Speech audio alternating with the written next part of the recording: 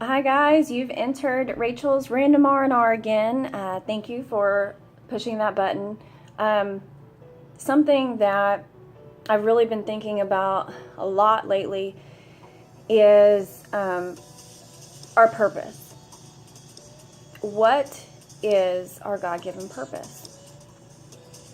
You know, over the past couple years, God's really been putting that on my heart. Like, Rachel, I want you to know who you are in me.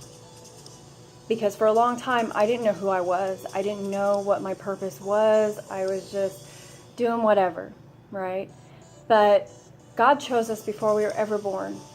And He's designed our life in such a way that we are to walk in to our calling. And we're not meant to just be floating around in this earth and just doing whatever. The enemy is very slick, and he will put up distractions in the way of our journey to get us to veer off of the calling and the purpose that God has for our life. Give us nice, shiny things, and he'll distract us in a way that we don't feel even good enough for what God is calling us to do. And I'm going to be honest, that's something that I've been dealing with this past month, because God's put this amazing task in front of me, and you feel like you're not good enough. You feel like, what am I even doing? But that's why it's so important for us to get together as a body, and that's something that I've really just been thinking about more and more today. Is He designed us to be in fellowship. He designed us to do this thing together, and we try to do things on our own, in our own way, and sometimes the flesh can get in the way. And so I want to encourage you that if you've been going down a path and you feel like you're floundering, you're probably being distracted, you're probably dealing with a lot of life struggles.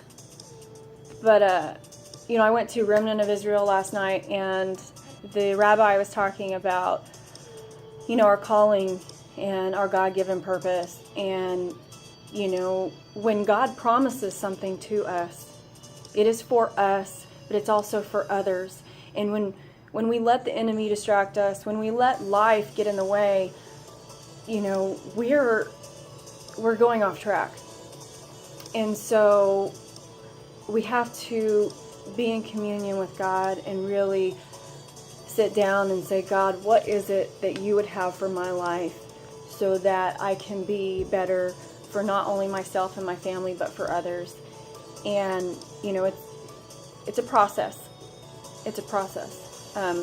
But I pray that God helps us all get past that and know that He's going to finish the work that He started in each and every one of us. So let me just encourage you by reading you 2 Corinthians, 8?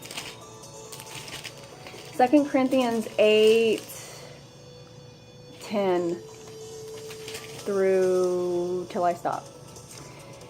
Here's my advice. It would be good for you to finish what you started a year ago. Last year, you were the first who wanted to give, and you were the first to begin doing it. Now you should finish what you started. Let the eagerness you showed in the beginning be matched by your giving. Give in proportion to what you have. Whatever you give is acceptable if you give it eagerly. And give according to what you have, not what you don't have. Now, when I read this, I see much more than just giving a tithe. It's giving of yourself and of your time, and to make the world a better place. So if you've been struggling and you feel like you don't have a purpose in life, let me encourage you and ask the question, what are you giving? Are you giving of your time? Are you giving of yourself? Because I know that when I don't give, or when I don't do what God's asked me to do, I feel like I'm missing the mark. And let God finish the work in you. But you have to take steps to do that as well. He's not just going to give us everything our heart desires, or give us that happiness,